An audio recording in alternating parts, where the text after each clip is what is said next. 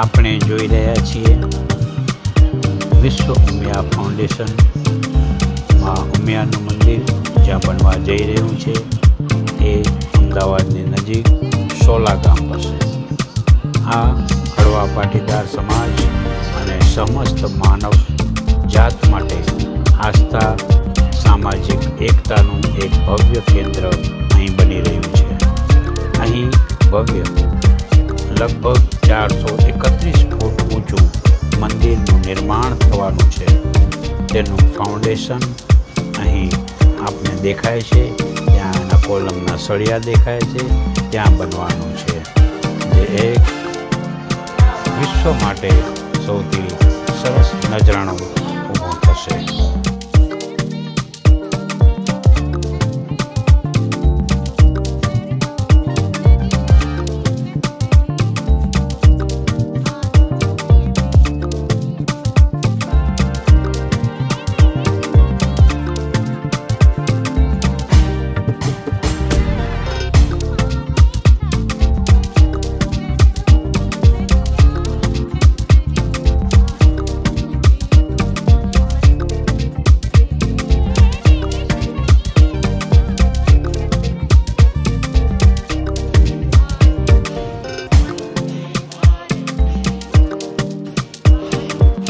આ છે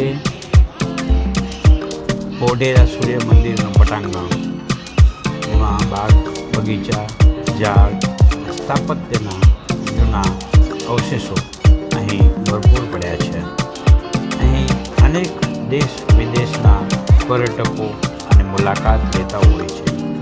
આ ગુજરાતની સ્થાપત્ય કલાનો એક અનમોલ રત્ન સમાન આ સૂર્ય મંદિર છે.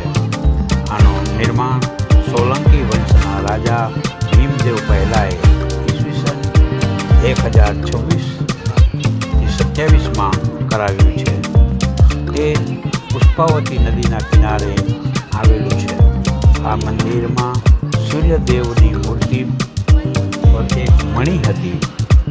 તેના પર વર્ષમાં 2 વખત સીધું સૂર્યકિરણ પડતું હતું. તેનાથી મંદિર ઝળહળી ઉઠતું. તેની આગળ એક કુંડ આવેલો છે જે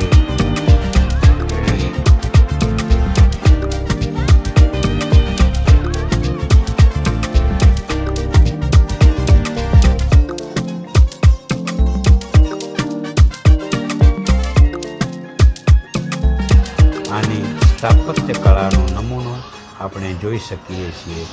એટલી બધી સુંદર કોતરણ કામ આની અંદર આપણને દેખાય છે.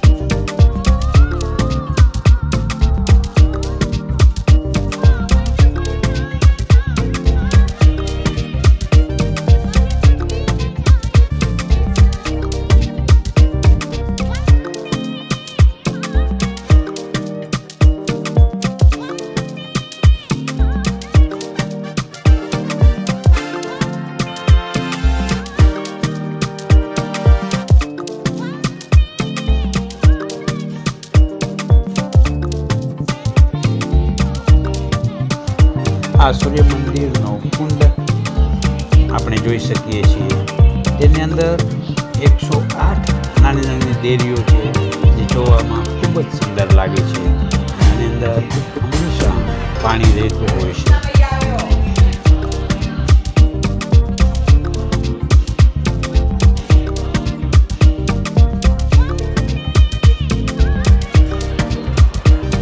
આ છે મોઢેરા મંદિરથી થોડુંક જ આગળ મોઢેશ્વરી અથવા તો મહેશ્વરી માતાજી મંદિરનું પટાંગણ.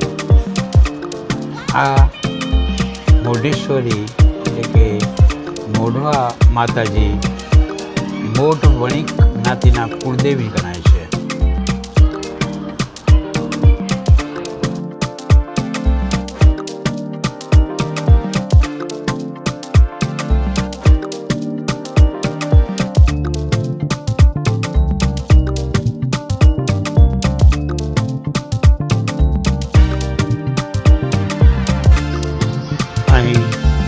પરદેશ અને દરેક પ્રાંતના લોકો દર્શને આવે છે. ઘણા લોકોની આ કુળદેવી છે. મોઢ જ્ઞાતિના દરેક જ્ઞાતિમાં મોઢ છે લોકોની આ કુળદેવી છે.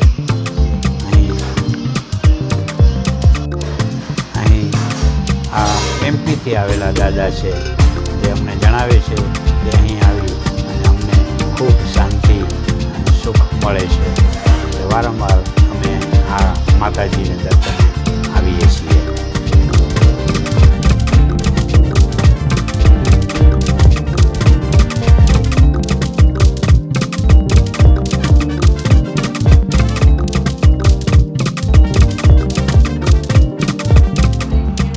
મંદિર આપણે જોઈ શકીએ છીએ તેમ ખૂબ જ સુંદર બાંધકામ કરેલું છે. આની અંદર જમીનની અંદર એટલે કે આપણે બેઝમેન્ટ ટાઈપ કહીએ એ રીતે બેઝમેન્ટની અંદર માતાજી બિરાજમાન કર્યા છે. ખૂબ જ સરસ શણગાર એને કરેલા છે. હવે આપણે આવ્યા છીએ માં બહુચરના આરાધ્ય મંદિર એવા સંખલપુરમાં. સંખલપુરનું મંદિર ખૂબ સુંદર શૈલીનું બનાવેલું છે. તેની આગળ બળદની જોડી અસવાર સહિત ઓરિજિનલ ગાડા સાથે આપણે જોઈ શકીએ છીએ. બાજુમાં હનુમાનની મૂર્તિ છે. એ પોતાનું હૃદય ચીરીને જેમ રામને બતાવતા હતા એ મૂર્તિ બતાવેલી છે. સફેદ કલરથી સુશોભિત મંદિર, ટુકડા પર સવાર માતાજી અને અંદરનો નજારો ખૂબ જ સુંદર છે. તેના પટાંગણમાં વાઘ ચિત્રાઓ ફરે છે એ આપણે દૃષ્ટિગોચર થાય છે. અને બીજી બાજુ આપણે જોઈ શકીએ છીએ ઘોડે સવાર માતાજી છે.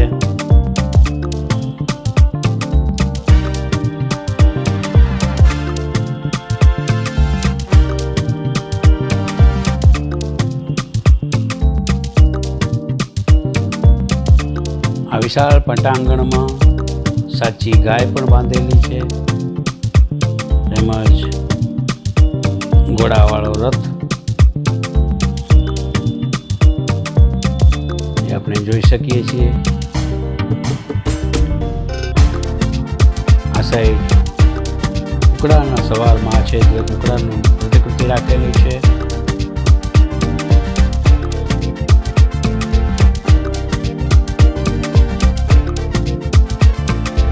હવે મુખ્ય મંદિર જ્યાં વરખડીના ઝાડ નીચે માતાજી પ્રગટ થયેલા છે તેની બાજુમાં આ માનસરોવર કુંડ આવેલો છે.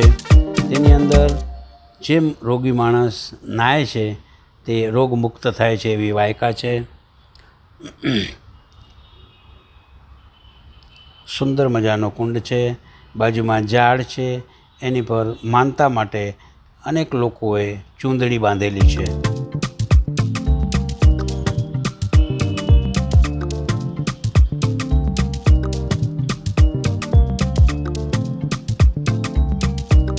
હવે આપણે જોઈ રહ્યા છીએ એ વરખડીના ઝાડની બાજુમાં જે પહેલાં મંદિર હતું જૂનું તે પાડી અને નવા મંદિરનું નિર્માણ થઈ રહ્યું છે. કારીગરો એ માટે કામ કરી રહ્યા છે. બાજુમાં મોટા પથ્થર ઉપાડવા ક્રેન ઉભેલું છે.